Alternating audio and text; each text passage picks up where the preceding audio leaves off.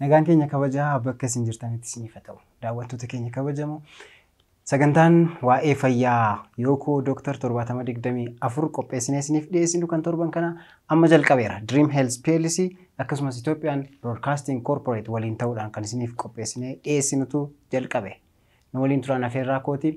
Har'a sagantaa kana qindeessinee kan isiniif dhiyeessinu qopheessaan qophii kana Abdii Dingataa ogeessaa anesteeziyaa fi miidiyaati. Akkasumas immoo ogeessonni kaameraa keenya Naatnaayil Boncaa, Ansisaa Dingataa fi Geediyoon Mikaa'el editarri Geediyoon Mikaa'elidha. Oduudhaan daraartuun nu waliin jirti. Nu waliin turaan afeerraa kootii keessummaan koo har'aa Dooktar Daawit Milkiyaasidha. Dooktar Daawit Milkiyaas Jeneraal Sarjin abbaa qabeenyaa kilinika Booniyaat kan ta'anidha. Isaanii wajjin turtii godhaa. Nu waliin turaan afeerraa kootii Dooktar asitti istuudiyoo yookoo Dooktaritti argamtanii waan ibsanuuf gootaniif guddaan isin galateeffadha. Ulfaadha. Hayyee egaa Dooktar namoonni baay'een maybe operation baay'een isaa emergency operation kan ittiin jennu kan ittiin mana yaalaa dhufanii hojjetaman keessaa tokko garaa ciniinnaa ariifachiisaa kan ittiin jennu afaan meedikaalaatiin acute abdomen ittiin jenna. Egaa namoota baay'eedha kan operation ta'ee fayyu dhibeen kun baay'ee ariifachiisaadha. Akkasumas immoo namoota baay'eetu operation godhamee fi dafee fayya. Waa'ee dhibee kanaa walii wajjin haasofna. Mee garaa ciniinnaa ariifachiisaa gaafa jennu maaliin karakteraayizi gochuu dandeenya? Akkuma jette terminoloojii isaa Ingiliffaa gara Oromiffaatti yeroo jijjiirru akka nu barbaanne ta'uu dhiisuu danda'a garuu garaa ciniinnaa ammee jechuu dandeenya. Kana jechuun garaa ciniinnaa baay'ee jabaa ta'an akka tasaa kan jalqaban yeroon dheerina isaanii sa'aatii 24 gadi kan ta'an jechuudha. Isaan kun ka'umsi isaaniidha dhibee adda addaa ta'uu danda'a. Walumaa gala garaa ciniinnaa ammee haa jennu iyyuu malee ka'umsi isaaniidha dhibee adda addaarraa kan maddan ta'uu danda'u. Isaan kunis biyyaa gara biyyaatti keessumaa biyyoota guddatanii fi biyyoota hin guddanne gidduutti garaagarummaa qabaachuu danda'u. Kanaaf sababa kan ta'an jechuu koota. Akkasumas umuriin illee hin daangeessa. Dhibeen tokko tokko umurii ijoollummaa keessatti kan baay'atan jiru, kan umurii giddu galeessaatiif gara dullummaatti kan dhufanis hin jiraatu. Dhiiraaf dubartii gidduuttis akkasuma garaagarummaa hin qabaatu. Kan dubartoota irratti baay'atan jiru, kan dhiira irratti baay'atan jiru. Isa sana duwwaatu hin ta'in sooshaal laayifii keenya yookaan immoo amala nyaata keenya irratti itti dabalannee amala adda addaatii wajjiniinis kan wal qabatanii dhufanii jiru. Fakkeenyaaf waan akka dhibee garaachaa fa'aa yoo fudhanne namoota xuuxxaa tamboo akkasumas waan akka shiishaa dhugaatii caatii kana wajjinis wal qabatanii kan dhufan jirunna. Walumaa gala dhibeen garaa ciniinnaa ammee yookaan immoo ariifachiisaa jennu kun dhibee sa'aatii 24 gidduutti ilaalamanii wallaansa argachuun kan isaan irra jiru.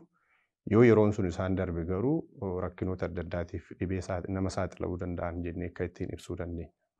Egaa dhibeeleen kun garaa keenya keessa yookaan immoo sirna bulleessa soorataa keenya keessa anaatomii jiru yookaan immoo qaamolee jirurraan ka'anii kan dhufanidha. Mee maal gaafa ta'uuti dhibeeleen kun namarratti mul'atu? Akkuma nama jedhee dhibee adda addaatti sanaaf kan sababa ta'an keessumaa akka haala biyya keenyaatiif waliigala addunyaattis yoo fudhanne magaalaa keessatti kan baay'inaan mul'atan inni tokko acute appendicitis isa jennudha yookaan immoo infekshinii marrummaan hafii akkas jechuu dandeenya. Tirfaan jedhu afaan Amaariffaatiin jenna. Oromiffaan marrummaan hafii jechuu dandeenya. Yoo inni dallan yookaan infekshinii yoo inni godhate kan dhufan jiru. Lammata irratti akka istaatistiksii biyya keenyaattis yoo fudhanne marrummaan inni qallaan yeroo cufamu sababa adda addaatiin ta'uu danda'a. Yeroo marrummaan inni qallaan cufamus wanta amma jenne kan yookaan immoo dhibee garaa ariifachiisaa kanaaf sababa ta'uu danda'a.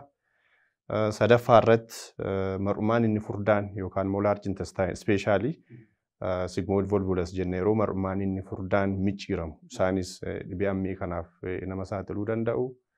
Isaan gara biraan madaan garaachaa yeroo uratu peptic ulcer perforation jennanna.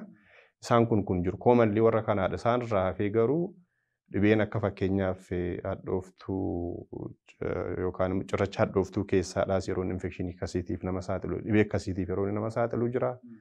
Al tokko tokko cirrachi kalee keessaas rakkina farra fakkaataniif mallattoo kana yeroo inni fidu hin jiraatanna. At least baay'inaan yookaan immoo warri deddeebi'anii mul'atan dhibee nama maqaa dha'e kanaa fi kan kana fakkaatan ta'uu danda'u. Ta'uu malu jechuudha. Egaa mee mallattoo isaanii ilaallu garaa ciniinnaan isa tokko ta'ee garaagarummaa qabu kan appendiksii yookaan marrumaan hafiisuun yeroo dallanuu mallattoon agarsiisu kan marrumaan cufamuu marrumaan xiqqaan gaafa cufamuu rakkoon yookaan mallattoon agarsiisu addadha.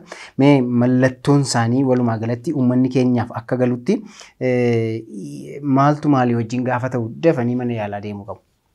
Right. Akkuma jenne garaa ciniinnaan hunduma isaaniitiif iyyuu mallattoo jirudha. Isa sana duukaa ammas kan dhibee kan hunduma isaanii yoo ta'u baatellee baay'ee isaaniitii wajjin inni jiru inni tokko garaa hammeessuu yookaan naawuziyaa jenna. Garaa hammeessuudhaa fi ol deebisuu. Isaan kun lamaan yeroo baay'ee garaa ciniinnaa sana wajjin hin mul'atu. Isaan sana duukaa waan akka garaa bokoksuu huusoo yookaan sagaraan akka hin baane fa'aa dhowwuu, ho'a nannaa kan kana fakkaatan ta'anii fakkeenyaaf yoo keessumaa tokko fudhannee isee infekshinii dhibee hafii marrumaan hafii yookaan immoo acute appendicitis jennu kan yoo fudhanne jalqaba peenii naannoo handhuura isaanii irratti itti dhaga'ama. Veeg baay'ee akkas jedhanii akkaataa ibsuu hin danda'amne dhukkubbii magaraatu itti dhaga'ama. Yeroo isa duukaa kun amma jedhe kana yookaan garaa hammeessuu yookaan immoo ol deebisuu commonly garaa hammeessuun ol deebisuun hin jiraata. Isa sana booddee dhukkubbiin isaa sun isa naannoo handhuuraa yookaan immoo qoma jala ture sanarraati gara garaa isaanii gara mirgaatti asii gadi switch godha. Iddoo tokkotti dhaqee localize of godhe yookaan immoo iddoo tokkotti of murteessee kan inni taa'u. Isa sana duukaa keessumaa peeniin kun yoo isaan haxxiffatan yoo isaan qufa'an yeroo isaan socho'an fa'a dhukkubbii garmalee jabaa ta'etu garaa isaanii karaa mirgaa harka gadii lafa jiru sanatti itti dhaga'ama. Innaa kun keessumaa mallattoo acute appendicitis jennu kanaaf typical symptoms kan kana fakkaatanidha. Al tokko tokko akka amma jenne kana yeroo inni ta'uu dhiisu jira. Garaa ciniinnaa maduwwaa ta'ee garaa isaanii keessaati. Iddoo isaallee sirriitti yeroo isaan localize yookaan immoo addana jedhanii agarsiisuu dadhaban hin jiraata. Mallattoon amma dubbanne kun hundumtu isaanis jiraachuu dhiisuus hin danda'u. Isaan kun atypical presentation jenna yeroo isheen appendicitisin sun akkaataa taa'umsa isaarraas kan mallattoo nama wallaalchisu yeroo inni fidu jira. Keessumaa isaan kun yookaan ijoollee ishee xixinnoo yookaan namoota umuriin isaanii baay'ee deeme akkasumas immoo dubartii ulfa fa'i irrattis mallattoo nama dubbanne kun hundumti isaanii wal duukaa jiraachuu dhiisuu danda'u. Garuu baay'inaan common kan ta'ani mallattoo nama sitti hime kanaa of duukaa qabaatu. Kun kan akkamiin jedhe kana acute appendicitis yeroo ta'u fakkeenyaaf yoo marrumaan isa qallaatu cufame yookaan xaxame ta'e isaan akkuma amma inni kana garaa ciniinnaan hin jiraata. Naawuziyeet yookaan immoo garaa hammeessuudhaaf ol deebisuunis hin jiraata. Isa sana duukaa garaa bokoksuu qabaachuu danda'u. Ispeeshaalii yoo marrumaan inni qallaan sun gara gadiitti ta'e gara oliitti yoo ta'e garaa bokoksaan jiraachuu dhiisuu danda'a. Yoo gara gadiitti gadi siqeetu cufame ta'e garuu garaan isaaniis hin bokoka.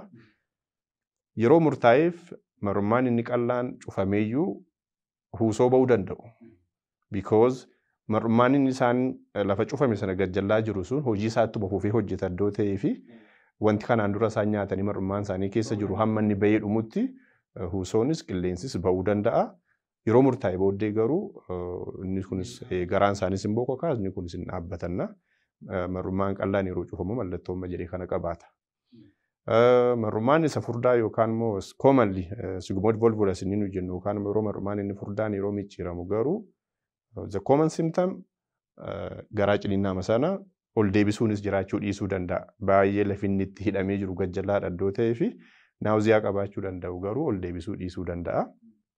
Garuu isaan immoo ariitiidhumaan yeroo sanaa kaasee qilleensis huusoonis ba'uu dadhaba.